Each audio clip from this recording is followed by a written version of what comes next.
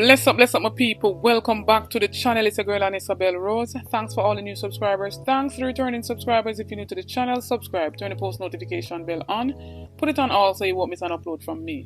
On the road to 20k, help me to get there, my people. So in this one, my people, we're seeing King's Counsel Hugh Small comes out telling the government to tell the Jamaican people the truth as it pertains to this whole constitutional reform, as well as JFJ calls for the public defender's duty to be subsumed under the National Human Rights Institute.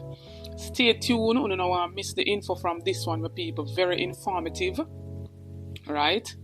Don't forget to like, share and subscribe to the channel. Run go over to my other platform, subscribe over there, get that channel to 1k for me, please and thanks.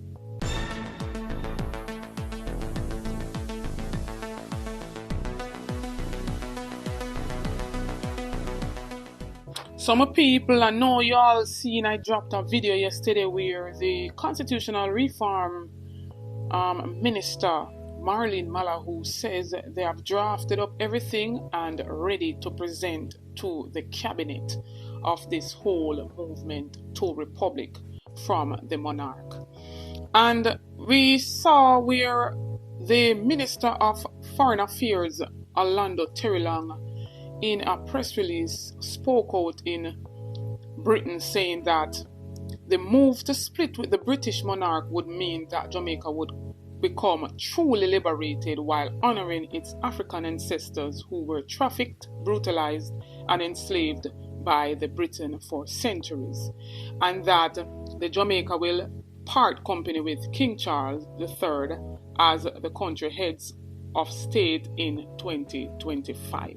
And some people, that is evident that they are trying to complete, or I don't know if I should say rushing to complete everything by 2025. And so we're seeing Attorney at Law King's Counsel Hugh Small coming out to say that that won't happen before the next general election, which is constitutionally due by September 2025. But for all of those who don't, understand what is going on or wants to understand the process in which it will take to, remove the king of the head of state of Jamaica, Hugh Small, as, said it here step by step. Some people want to listen to this and try to get some understanding of what is really going to happen or what will take place. And he's urging the government to tell the Jamaican people the truth. And he quotes, "I think we need to be frank with the Jamaican people and tell them the truth. Legislation to amend the Constitution would have to be first tabled in the House of Representatives, and it has to be done within the framework of the existing Constitution of Jamaica. The framework requires that the bill would have to be laid on the table of the lower house and remain there for 3 months before debate starts on the measure to amend a deeply entrenched provision in the Constitution. Another 3-month period must pass between the end of the debate and the passing of the bill in the House." He noted that the House of Representatives usually rises for summer break in August and reconvenes in September. If it is done sometime before August, it has to be a 3-month period, and then after that 3-month period, the debate can start. Up to this point, nothing has been said or done to indicate whether, when it gets to the House of Representatives, the members will be satisfied to proceed with the debate without setting up a committee to examine the bill.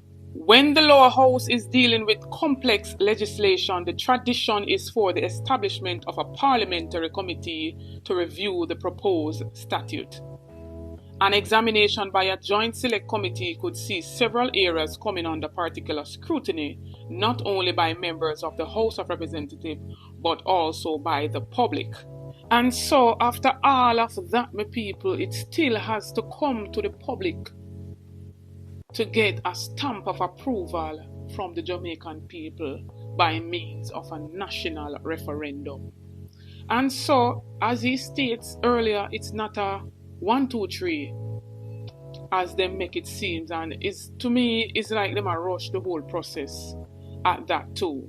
Because from my recollection, I've seen one and heard of another public town hall meeting. And in the first one that I have seen, the minister could not even, state the roles and functions of a president. What would be the job description of the president? Crooks, that's a big question, I can't put it in synopsis, but the president is going to be the head of state, protecting. It's such an important question, and it's a big part of this work. But if I tell you head of state, embodying national unity, making critical appointments to critical things, offices, dealing with sensitive offices, it's a question that you should have asked at the start, because now that we're running out of time, a whole heap. But having raised it, we will probe it for you and come back with the full answer, because now we have gotten to the meat of the matter. And so I am not one to take jobs at a person's, education level or to belittle them. But in my opinion, and this is just my opinion, she needs wholly more experience. She could read the Constitution back and forth and still not understand, the entirety of it. And so the process in which the Constitution will be changed drastically is not one to be rushed. So to give a timestamp to say 2025 is right around the corner. And most of these steps outlined by Mr. Hugh is not even halfway yet. But let me carry on, my people. When the debate is started in the House of Representatives, the bill will be piloted by the Prime Minister, as it is not an ordinary piece of legislation. After it passes through the House of Representatives, the Constitution stipulates that a period of time has to elapse before the debate on the bill commences in the House of Senate.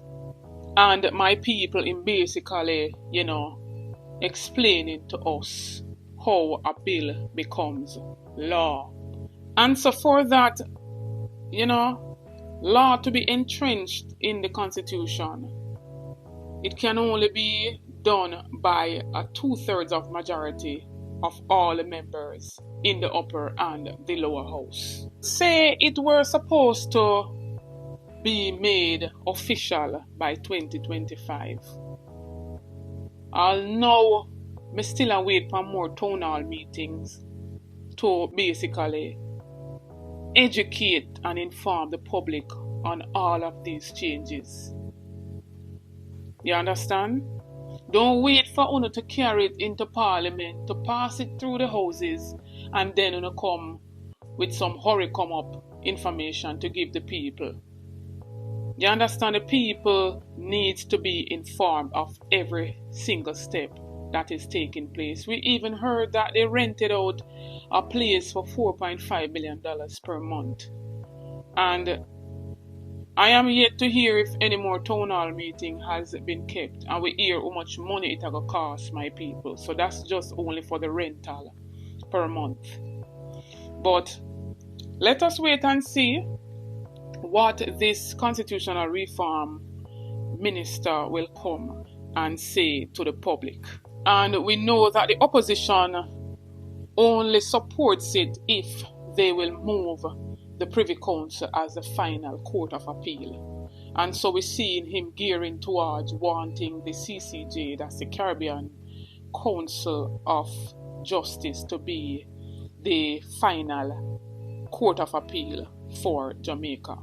And just before I move on to the next matter at hand, what I would like to know, Marlene Malahoo Fort, if you come across this video at any point in time, I would like to know if when Jamaica becomes a republic, if the Governor General will be removed.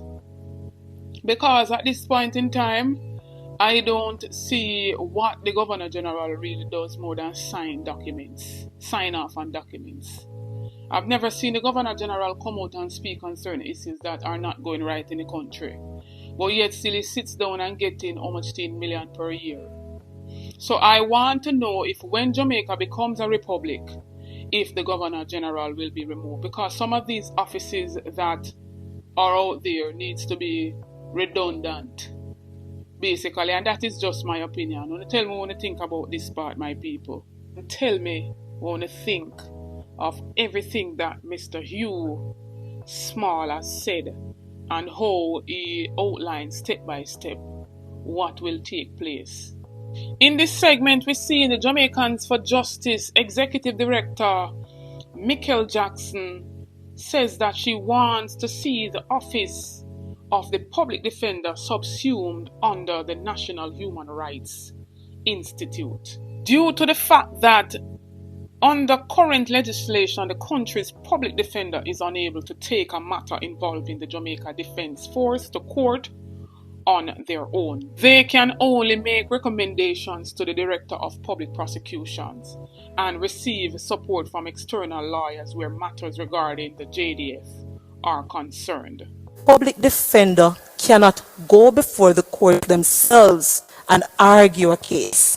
So they have to basically get attorneys externally, agencies like JFJ, to go and represent a client. So right now, they monitor matters, they investigate matters, and they make recommendations on how the DPP could perhaps lay a charge and recommendations to Parliament to say, you know what, I think you should change that law. That is the only power that the public defender has. We're saying that this NHRI now should not have one individual, should adopt what we call a commission-based style, where you have several commissioners who are so empowered that you would have diversity, that you would have inclusivity, different perspectives being shared. You want the commissioner to have what we call quasi-judicial powers, just as though you had, for example, the political ombudsman body that could then say, you know what, I recommend and I propose and impose this particular fine. These are some of the things that we believe an empowered NHRI should so have and then be in the Constitution. And are you saying the work of the public defender should be subsumed under the National Human Rights Institute? Absolutely. And that is a call that is actually supported by the former public defender, Arlene Harrison Henry. My people, I totally agree with this.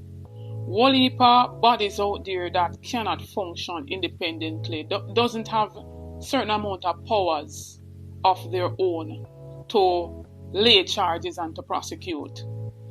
And so if you have a bigger body that they can be subsumed under, then why not? And we have some small bodies that needs more power so they can act independently on their own. And I'm talking about the role of the political ombudsman. Right? That body needs to be there on their own with a certain amount of power. But I want to hear from Uno when you think about her wanting the public defender to be subsumed under the Human Rights Institute. One and all, share your thoughts and opinions in the comment section. Let us reason, my people. Don't forget to like, share, and subscribe to the channel. Run over to my other platform, Instagram and Facebook, and follow me over there at Anisabel Rose. Check out the YouTube store, make a purchase, it goes in support of the channel. Check out the YouTube membership. You get a lot of benefits by becoming a member. We do notification shout out in each and every video to be a part of that. All you have to do is be the first to like, comment, subscribe, and you'll be featured in the following video to come. This notification shout out goes to Major Daps. Big up yourself, Major Daps. Thanks for the continued support from each and every subscriber. New viewers, come on board, journey with me, join the family. Subscribe to the channel, like up the videos, share out the videos, support the ABR movement by playing your part. On the road to 20k, help me to get there, my people. Get this video to at least 3,000 likes, my people. I want to know if you share out that 1 year. We want the public to be aware of what is really going on. Stay tuned for more videos, stay tuned for more updates. Big up on yourself. You want to promote with Anisabel Rose? When you can at an affordable cost. Support the thing, my people. Big up on yourself.